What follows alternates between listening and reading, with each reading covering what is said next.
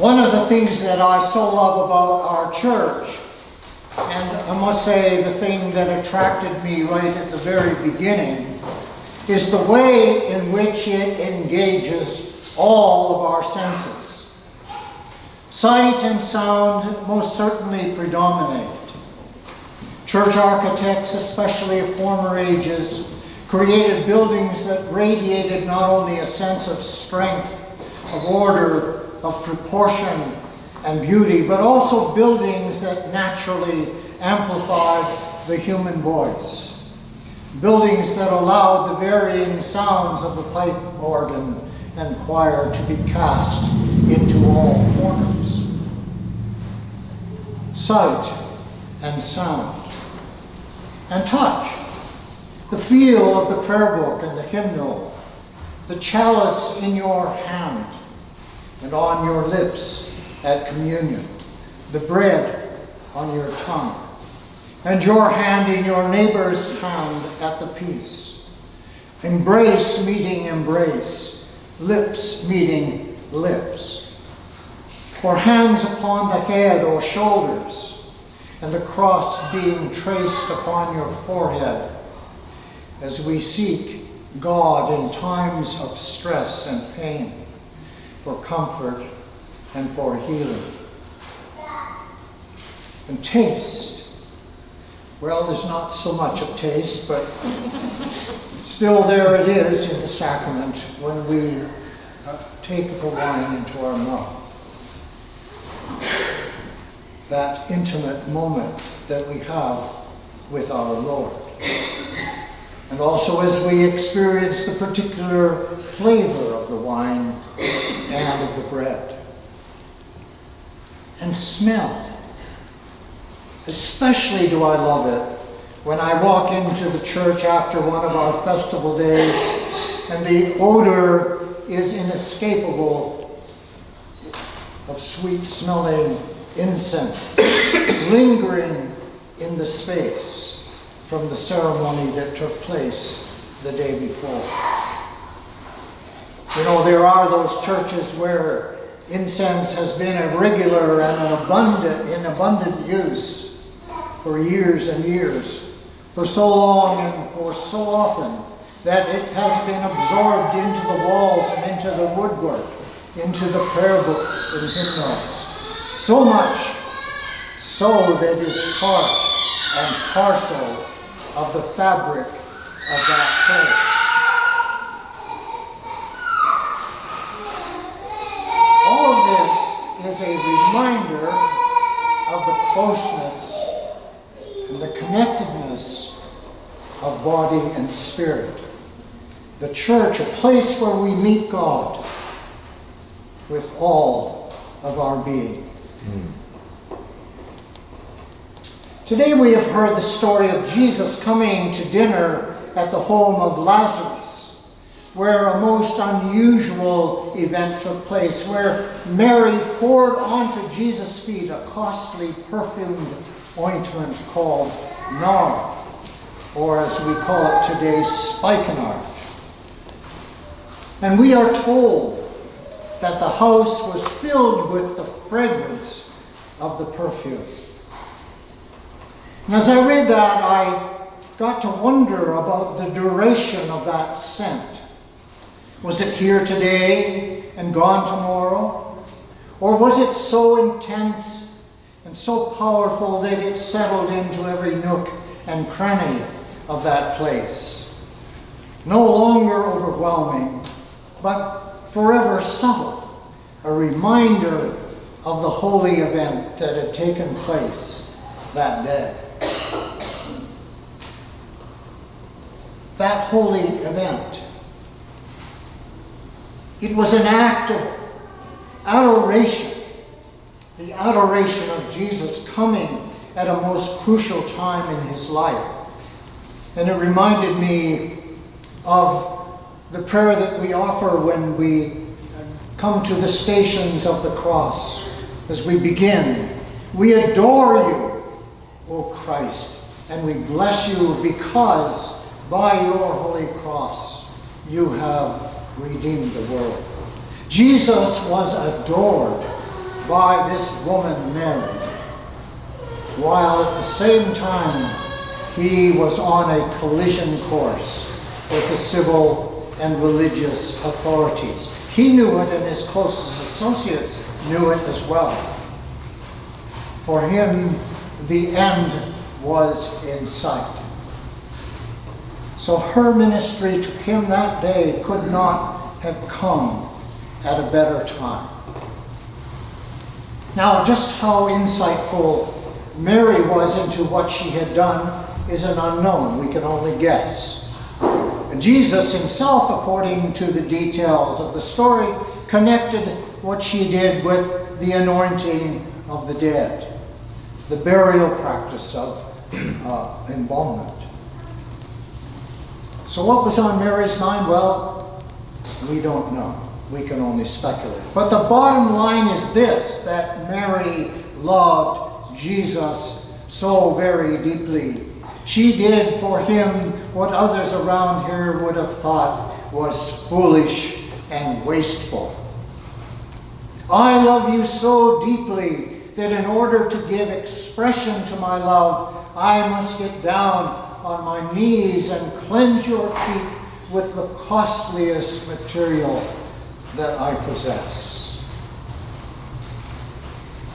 Scholars tell us, by the way, that the practical worth of her gift at that time and place would equal the average annual income of someone with her standing.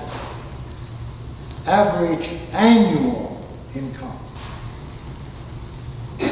When was the last time that you or I showed our love to our Lord to that degree?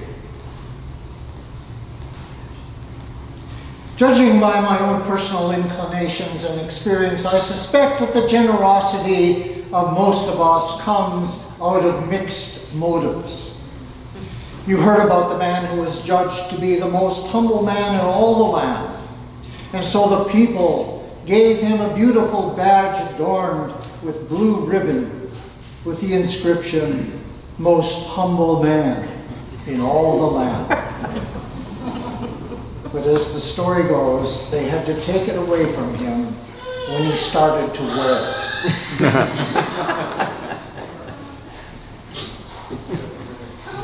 Most of us, I would guess, love our generosity badges too. Why do you think that most charitable organizations have designations for various levels of giving, under which are listed the names of those who give at that particular level? You've noticed that, I'm sure, when you've gone to events. Even I, the first thing well, maybe not the first thing, but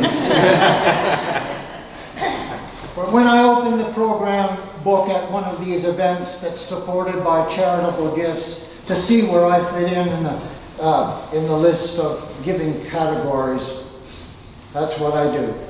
And it probably ranges from super duper high in the sky, noble, worthy patron, all the way down to wretched, low level, bottom feeder. One of the things that I do on Sunday morning or late Saturday night is I share my sermon with my wife. And I did that with this, and I do it because I really need to be warned if I'm tempted to say something that is totally outrageous. And what I just said, she thought was totally outrageous. Because she thought that I was putting down people who gave very little. Well, that's not what I'm doing. The fact of the matter is that lower income people proportionately give much more of their income than people do that have great means. And as Ernie Marino would say, that's a fact.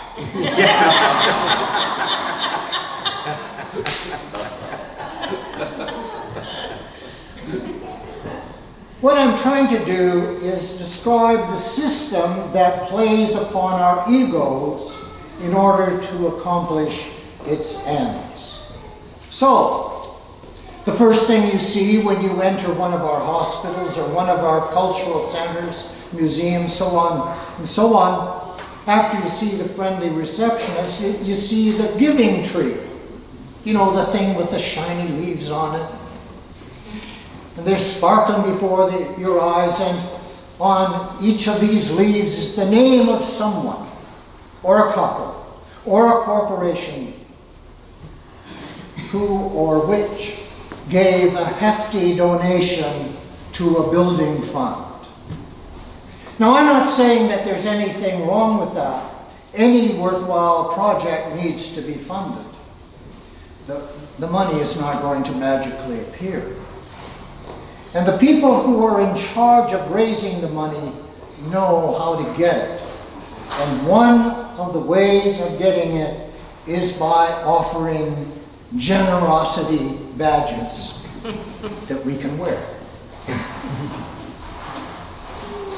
Now, in the church, we have largely refrained from that method because it runs counter to the central message of Christianity. Ponder this idea: God creating the world for the purpose of having the world bow down to God to satisfy God's need to be loved. Or how about Jesus steadfastly setting his face toward Jerusalem, where he knows there will be a confrontation, and that he will suffer and that he will die.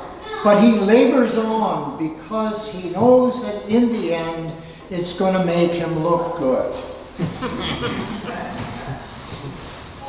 Or consider Mary sitting at the feet of Jesus and pouring out onto his feet this precious and costly perfumed substance, because she knows, or at the very least hopes, that someday the story of what she did will be widely published and her generosity will be hailed throughout the church. And so to these three scenarios I say no, no, and no.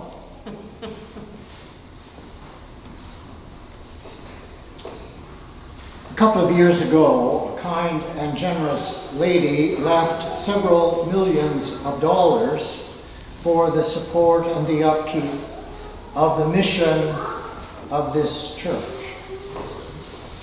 Prior to her death, she had been funding a rather large hole in our budget.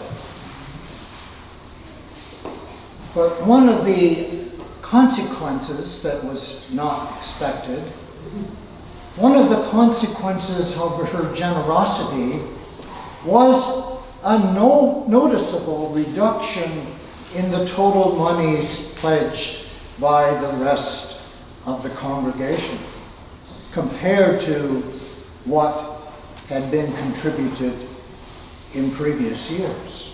The reasoning being, I suppose, well, the church is now perpetually in good shape, and therefore I don't have to give what I did before.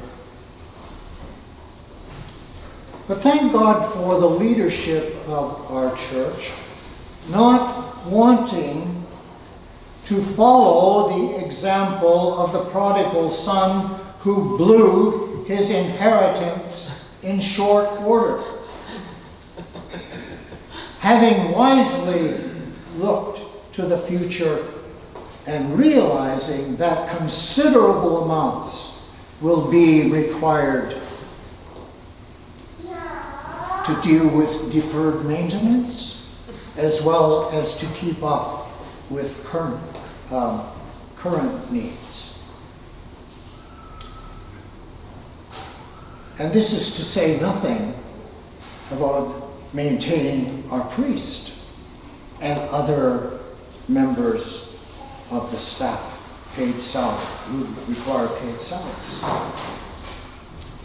Probably because I was not paying close attention, I was surprised to learn fairly recently that the salaries of some of our staff have been reduced for lack of inflow. And I will say, no more. No more. Except this. I go back to the gospel story. I go back to that little piece that reads, the house was filled with the fragrance of the perfume. And I will tell you my hope and my dream, and that is that this place will never, never cease to emit the fragrance that was unleashed by the generosity of that lady, that Mary. Because those who occupy this place week by week, and month by month, and year by year, will have been captured by the love of Jesus, and will seek to radiate that love where they work, where they live, where they play, wherever they go in the city and beyond. Amen. Blessed be the name of God. Amen. Amen.